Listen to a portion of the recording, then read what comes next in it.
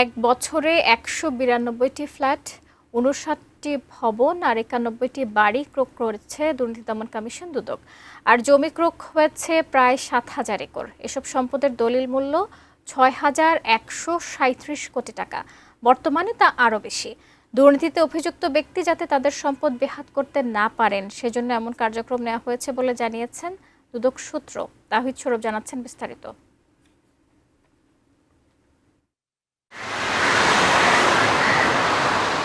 বিভিন্ন দুর্নীতির অভিযোগে প্রভাবশালী ব্যবসায়ী এস আলমের বিরুদ্ধে দুর্নীতি দমন কমিশন এ পর্যন্ত মামলা করেছে ২৭টি।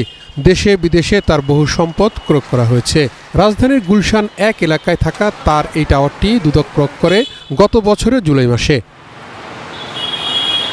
দুদকের ৩০ মামলার আসামি ক্ষমতাচ্যুত আওয়ামী লীগের প্রভাবশালী মন্ত্রী সাইফুজ্জামান চৌধুরীর গুলশানের এই ভবনে থাকা দুটি ফ্ল্যাট জব্দ করা হয় ২০২৫ সালের শুরুর দিকে। দুদকের সম্পদ ব্যবস্থাপনা শাখার তথ্য বলছে, গত বছরের জানুয়ারি থেকে ডিসেম্বর এই ১২ মাসে ১৯২টি ফ্ল্যাট, ৫৯টি ভবন, ৯১টি বাড়ি, ৬০টি প্লট, ৪৫০টি গাড়িসহ মোট ১১ ধরনের স্থাবর সম্পদ জব্দ করেছে দুদক।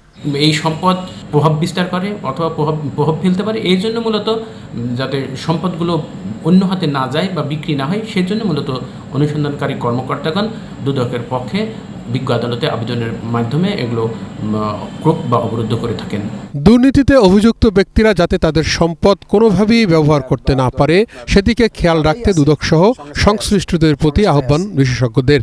তাদের কাছে একটা মেসেজ যাবে যে দুর্নীতি করে অর্জিত টাকা আসলে শান্তিতে ভোগ করা যায় না, এটা একটা অশান্তির আগুন, কাজে এইটা আমরা করব না, করে আজ পর্যন্ত কেউ শান্তিতে নাই। ৩ মাস পার হয়ে গেল, এখনো পর্যন্ত কমিশন নেই। তাহলে যে সমস্ত ক্রোক ফ্রিজ এগুলো করা ছিল সেইগুলোর যে পরবর্তী পদক্ষেপগুলো, অর্থাৎ সেই তদন্তকে এগিয়ে নেওয়া, অনুসন্ধানকে এগিয়ে নেওয়া, যেটাতে মামলা হওয়ার কথা সেটাতে মামলা হবে, তদন্তে যেটাতে চার্জশিট হওয়ার সেটাতে চার্জশিট হবে, এই কাজগুলো তো একেবারেই স্থবির হয়ে আছে। দুর্নীতিতে অভিযুক্ত ব্যক্তিদের দেশের বাইরে থাকা ৮টি গাড়ি আর ২টি করে ফ্ল্যাট ও বাড়িও ক্রয় করেছে দুর্নীতি দমন কমিশন।